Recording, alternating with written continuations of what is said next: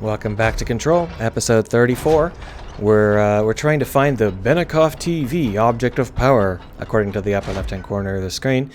We don't know about what it is, we don't care about it, it is completely unimportant to us, but we have to do it before we're allowed to do something interesting, so let's get to it. Here you can see that we have like a miniature fire break where there is obviously some kind of defensive measure, and unfortunately the defensive measure failed. I've meant to talk about this for a while. You can see how our helper in her head, Polaris, she puts up these kind of sparkles to lead the way whenever she thinks about it. And it works really well in cases like this where it's at the end of a glowing hallway and you can really have her punch up the visual. It almost looks like she's the one that punched a hole in the glass. Just in general, I'm a big sucker for this one really bright source of light. And in this case, the bright source of light is the magic TV. That's the object of power. I need to cleanse it.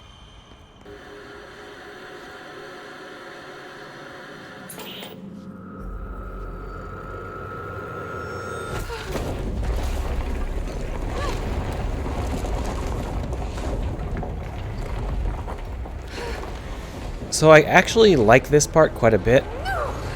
We don't really see very much of the game attempting to show how magical the terrain is. And in this case, we can really see it. Like, the house is falling apart, it's getting ripped into pieces, and it seems to try to save us by putting up a pillar for us to stand on. I think it's very well done. I would have liked to see a lot more of these kinds of near conversations between the OOPs and the house itself. I think it is a real high point. If I liked the Benicoff TV or it had any sort of emotional connection to it, I would be a lot happier with this. But just in general, this part feels great. It's like an MC Escher drawing, and you can see that the building is sort of working with us to try and figure out what's going on. And I really think that that works really well. And here you can see we can just backtrack. Little secret for you if you don't feel up to taking on this particular enemy at this particular moment. Now this room is left in twilight on purpose because it's supposed to feel strange and, you know, unknowable, so just don't light it very well and you'll get that sort of sensation out of it. But I can't remember how to get up. Here we are.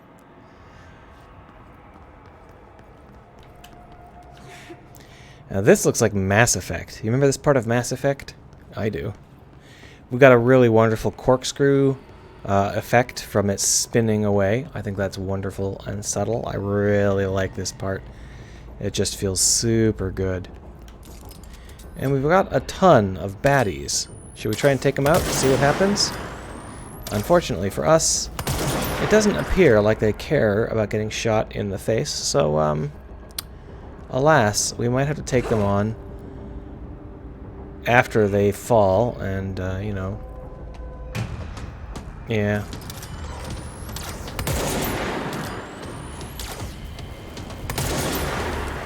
I don't believe this guy even has a name. I think he's just a tough dude. He's got a lot of the same powers I've got, though, which is interesting.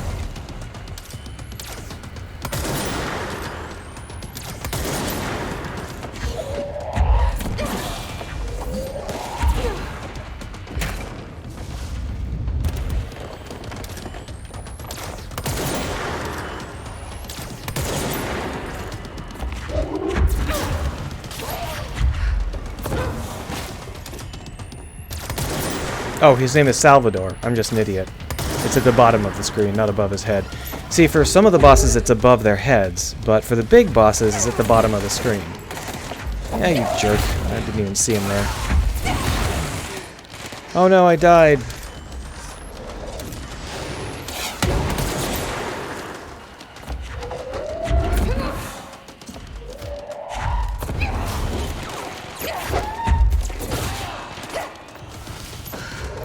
I thought that when I killed Salvador, the enemies would stop, but it appears that we have to kill all of the enemies as well as Salvador.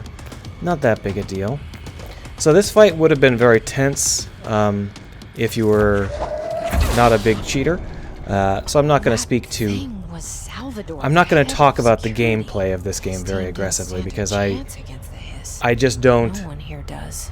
I don't really like gunplay games, so I'm not going to be like, oh, well, gunplay is bad because of this and this. I can't tell you. I don't know a damn thing about gunplay games because they're not my thing. Now, if we were building things, I'd be able to then talk in great detail about why I don't like it. Oh, yeah, this is wood, right? There was some question as to whether or not this was actual wood or whether it was just like wood planks pressed into concrete for patterning purposes. And you can see there's like rivulets coming out from between the wooden elements, which implies that it's either wood that has been glued together for some reason, or that's exactly what they did. They pressed wood into concrete as it was drying, and that would definitely create marks like that. And if we break it, you can see that it's not like wood, so it's clearly not supposed to be wood. Just fun. I really like the ways that they... So, when before I talked about how the brutalism was tired and boring and wasn't really being used correctly, guess what? They do know how to use it correctly, but for some reason they reserved it for this location only. Couldn't tell you why, but this location is just gorgeous. It's really well done. Absolute kudos. We could save the TV. Okay. TV. But, you know, priorities. Object of power gone nuts. Entropic Here we go echo. again. I don't want an entropic echo.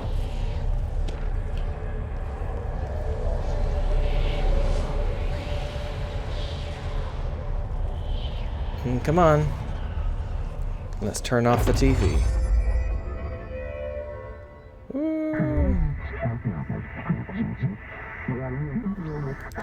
So the TV is our proper levitate power, and it's definitely one of my favorite powers. So all we have to do is figure out how to use it. Hold A. Woohoo! Very fun, right?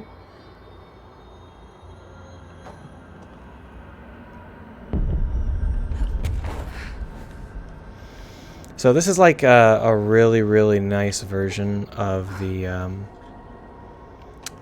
dash power that we've been using, and we can use this to get to a lot of places that we couldn't get to before. And we can also shoot people while we're levitating, which is nice.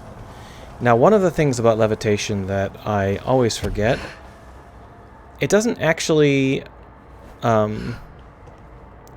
cost any power, any mana.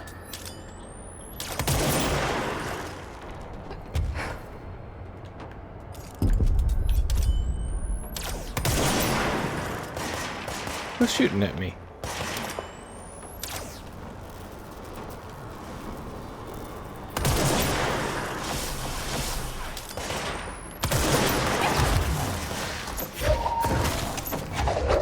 I'm unclear as to how levitate is supposed to help me fight these folks. Maybe there's something I just don't understand about it. But they're all dead now, and that's good enough for me. I think that's backwards. I think this is forwards. Or is that backwards? Well, there's the glowing bit. So we're trying to reach we're always trying to reach that thing, whatever it's called.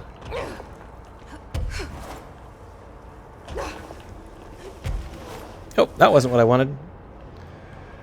Darn it.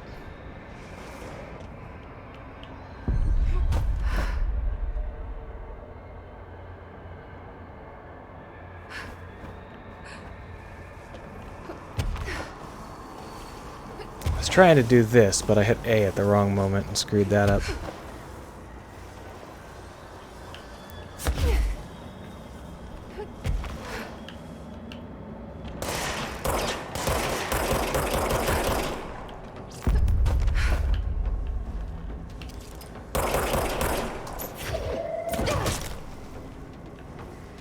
That everybody?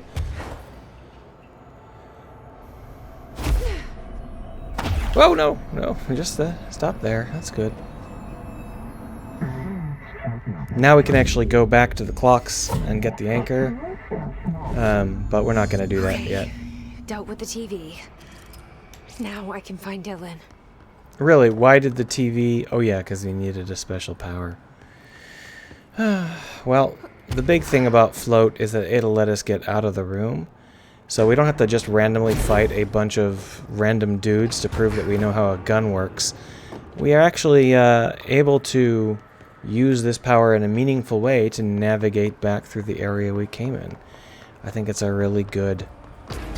Oh, I lied. There's dudes to fight.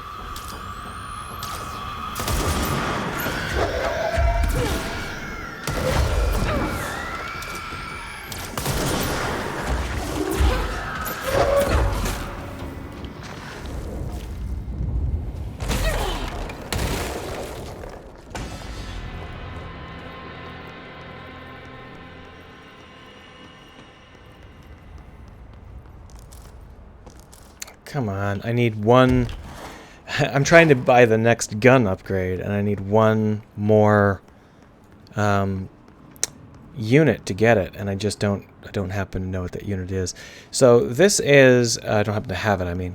So this is a pretty typical concrete barrier, right? But it's arranged in a kind of strange way. So I really like the watch your step things. But there's so much about this it doesn't make sense. Like the lights that cut through it at random, that's really distracting. And also the fact that it's not really... What are they dropping? How did they block it off? Do they drop this? But then if that's the case, why would this empty spot be here? Don't know. This is how it's supposed to be. Oh, I see, I see. So what happens is that the door comes out of the wall. Oh, okay. So we just can't see it here because for some reason they didn't put it in. It's supposed to be right here, and it's not.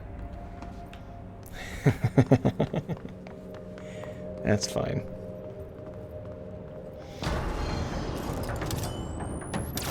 Oh, come on.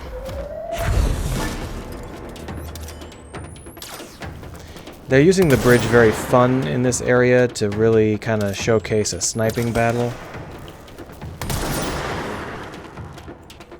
I think it is a good way to use a room with a lot of verticality like this is to let the player get used to it and then start to use those vertical elements, you know, in a gunfight.